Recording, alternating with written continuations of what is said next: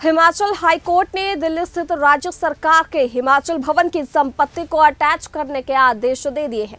न्यायाधीश अजय मोहन गोयल की अदालत ने सेली कंपनी को 64 करोड़ रुपए का अपफ्रंट प्रीमियम ना देने के मामले में ये आदेश पारित किया है। इतना ही नहीं, कोर्ट ने कंपनी को अपफ्रंट प्रीमियम पर 7% ब्याज भी देने को कहा है। गौरतलब है कि साल 2009 में राज्य सरकार लाहौल स्पीति में सेली कंपनी को 320 मेगावाट का बिजली प्रोजेक्ट आवंटित किया गया था। सरकार ने उस समय प्रोजेक्ट लगाने के लिए सीमा सड़क सुरक्षा यानी कि BRO को सड़क निर्माण का कार्य दिया।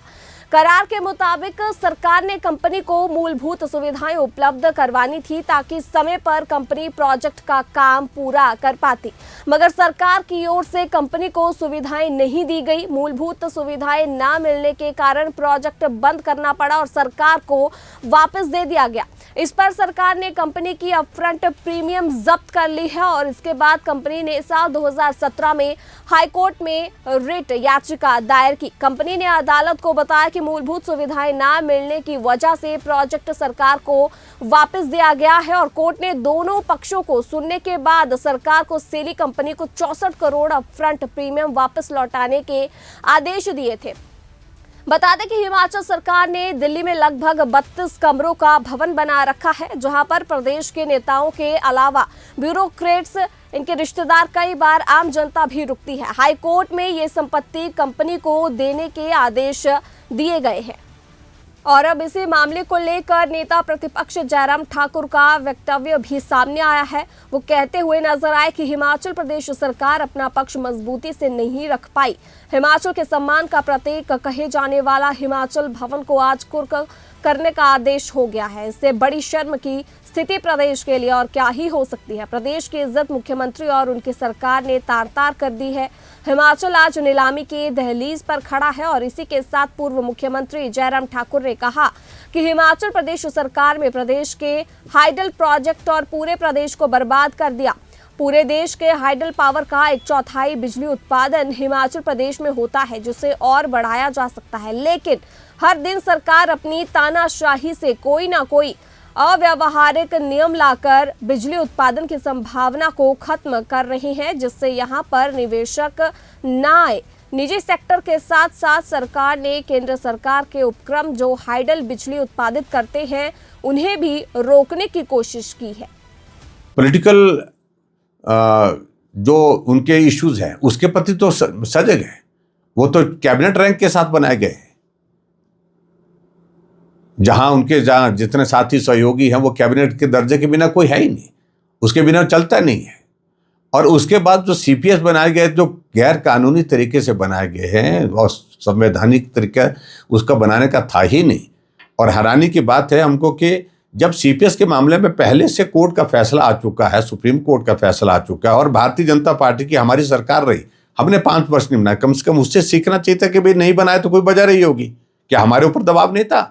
पॉलिटिकल पुलिस का आग्रह था कि हमको CPS बनाया जाए, हमको सम्मान दिया जाए, गाड़ी दी जाए। होता है सारी बातों को लेकर के ऐसा आग्रह आता, लेकिन हमने कहा नहीं किया जा सकता, ये संवैधानिक दृष्टि से संभव नहीं है।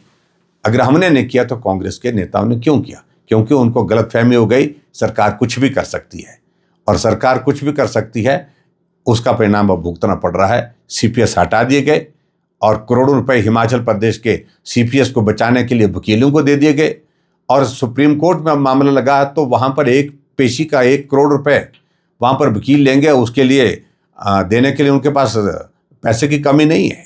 लेकिन हिमाचल प्रदेश में कर्मचारियों को सैलरी नहीं, पेंशन को पेंशन नहीं, आउटसोर्स कर्मचारियों को नौकरी से निकाल दिया और आउटसोर्स के मामले में भी हाईकोर्ट का फैसला आया कि आप नहीं कर सकते हैं। तो इस सारी चीज़ को लेकर के सरकार की फजीहत लगातार होती जा रही है हिमाचल प्रदेश में और सरकार गंभीरता में अभी तक भी इन सारी चीज़ों की, इन घटनाओं के बावजूद भी नहीं आ पा रही है। सरकार ने हाइडल सेक्टर तो पूरी तरह से तबाह किया और हाइडल सेक्टर नहीं, मैं कह रहा हूँ कि हिमाचल प्रदेश ही तबाह हुआ है। बहुत बड़ा जरिया हिमाचल प्रदेश में आय का हाइडल सेक्टर है, जहाँ पूरे देश भर में 45,000 मेगावाट जनरेट होती है हाइडल सेक्टर में, उसमें 11,000 मेगावाट कॉन्ट्रीब्यूशन हिमाचल प्रदेश का है।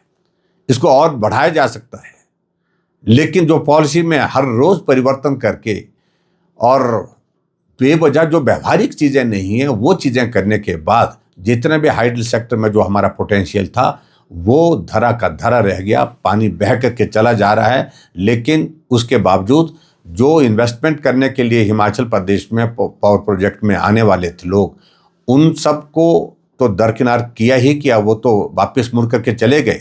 लेकिन जो SJVNL, हमारा NTPC, NHPC, जो ऐसे जो है गवर्नमेंट ऑफ इंडिया के जो हमारे उपक्रम हैं, उनको भी जो प्रोजेक्ट दिए गए हैं उनको भी रोक करके रखा हुआ है। उनके खिलाफ भी कोर्ट में गए हैं मामले में। और इसके कारण सीधा सा मेरा कहना है कि बहुत बड़ा नुकसान हिमाचल प्रदेश को तो हुआ है।